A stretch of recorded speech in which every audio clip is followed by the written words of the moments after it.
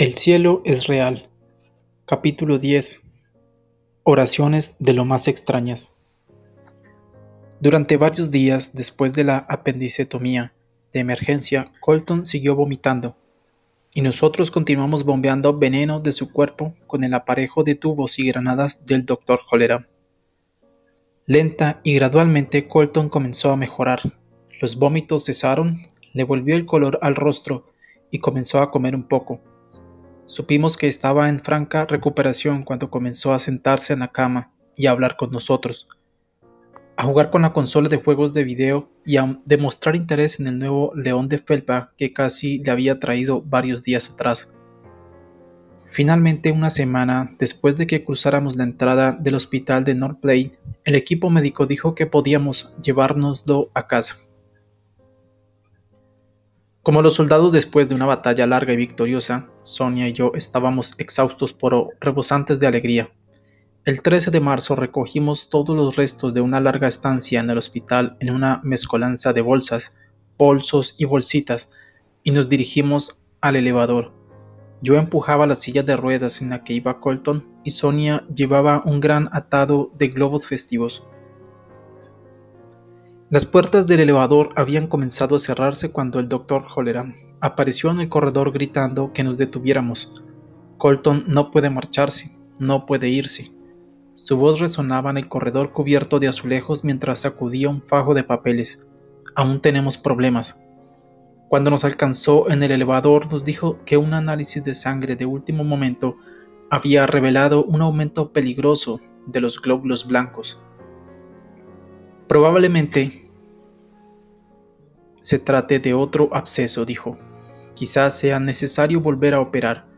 Creí que Sonia se desmayaría. A esa altura ambos nos habíamos convertido en autómatas y casi habíamos llegado al límite. Colton se echó a llorar.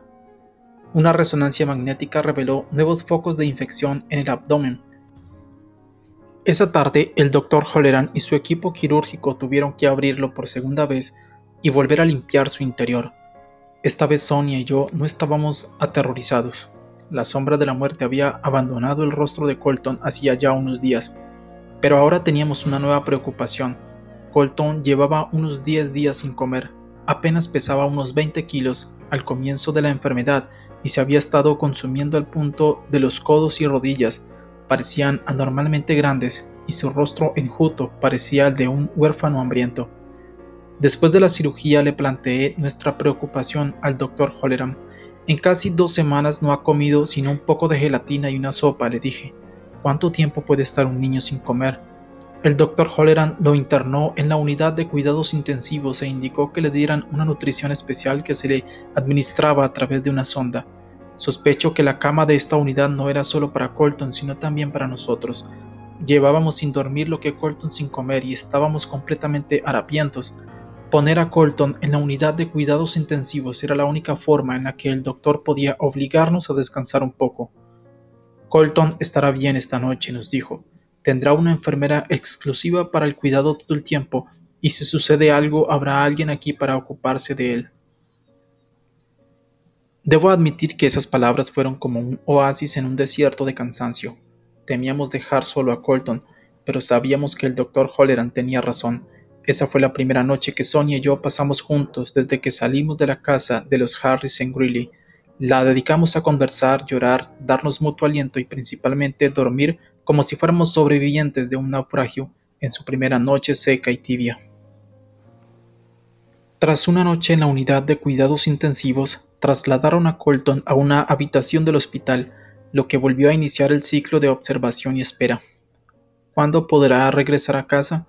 ¿Cuándo podremos volver a nuestra vida normal? Ahora parecía que los intestinos de Colton habían dejado de funcionar. No podía ir al baño, y con cada hora que pasaba se sentía peor. «Papi, me duele el estómago», gemía.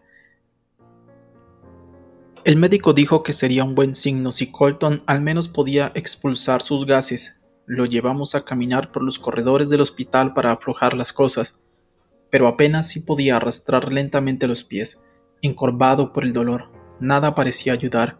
4 días después de la segunda cirugía no podía hacer otra cosa que estar recostado en la cama y retorcerse mientras el estreñimiento aumentaba.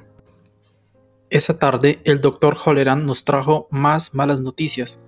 Lo siento, nos dijo. Sé que esto ha sido demasiado para la familia, pero creo que nosotros ya hicimos todo lo que podíamos. Pensamos que tal vez sería mejor trasladarlo a un hospital infantil. Podría ser el de Omaha o el de Denver. Entre los dos, en 15 días sumábamos el equivalente a unas 5 noches de sueño. Después de más de 2 semanas agotadoras junto a la cama de Colton, estuvimos a punto de regresar a la normalidad, cuando las puertas del elevador literalmente se cerraban con nuestra familia y globos dentro, y todo volvió a desmoronarse alrededor. Ahora, nuestro hijo sufría otra vez dolores insoportables que no parecían tener fin, ni siquiera podíamos ver el horizonte. Justo cuando pensábamos que las cosas no podían ser peores, empeoraron aún más. Una inusitada tormenta de nieve en primavera avanzaba hacia el centro del país. En cuestión de horas, la nieve, llevada por el viento, se apiló en montones contra las puertas del hospital y en los estacionamientos, llegando a la mitad de las ruedas de los automóviles. Ya fuera que eligiéramos el hospital infantil de Omaha a 8 horas de distancia o el de Denver a 3, no había manera de que llegáramos a ninguno de ellos, a menos que contáramos con un avión. Fue en ese momento que Sonia perdió los estribos. Ya no aguanto más, dijo, y se echó a llorar. En ese preciso momento, un grupo de personas de nuestra iglesia decidió que era hora de orar en serio. Nuestros amigos de la iglesia comenzaron a hacer llamadas telefónicas y en poco tiempo unas 80 personas habían conducido hasta la iglesia wesleyana de Cosras para asistir a un servicio de oración. Algunas personas pertenecían a nuestra congregación y algunas venían de otras iglesias, pero todas se habían reunido para orar por nuestro hijo. Brad Dillon me llamó para contarme lo que sucedía allí. Específicamente me preguntó ¿por qué podemos orar? Si bien me sentía un poco extraño al mencionarlo, le conté cuál sería, según el Dr. Holleran, una buena señal para Colton, de modo que posiblemente esa sea la única noche en la historia en que 80 personas se reunieron a orar porque alguien pudiera expulsar sus gases. Por supuesto, también oraron porque la tormenta cesara por un momento para que pudiéramos llegar a Denver y por la sanidad de Colton. En menos de una hora la primera plegaria tuvo respuesta. Colton comenzó a sentirse mejor enseguida. Esa misma noche pudo ir al baño. A la mañana siguiente estaba levantado en su habitación y jugaba como si esa pesadilla nunca hubiera sucedido. Sonia y yo lo observábamos y no podíamos creer lo que veíamos. Excepto por su delgadez, Colton era el mismo de siempre. En menos de 12 horas habíamos pasado de la desesperación total a la completa normalidad. Alrededor de las 9 de la mañana, el doctor Holleran vino a ver cómo estaba su paciente. Cuando vio a Colton levantado, sonriente y animado, jugando con sus figuras de acción, se quedó sin palabras. Simplemente permaneció inmóvil observándolo. Pasmado, lo examinó y pidió una serie de pruebas para estar triplemente seguro de que sus entrañas se estaban recuperando. Esta vez Colton fue al laboratorio de imágenes a hacerse la resonancia magnética, literalmente dando saltitos. Nos quedamos en el hospital un día y medio más para asegurarnos de que la mejoría de Colton no fuera algo momentáneo. Durante aquellas 36 horas nos pareció que entraban y salían de la habitación más enfermeras que antes. Lentamente, de a una o en parejas, entraban con disimulo a la habitación. Su reacción era siempre la misma. Se quedaban quietas observando a su pequeño paciente.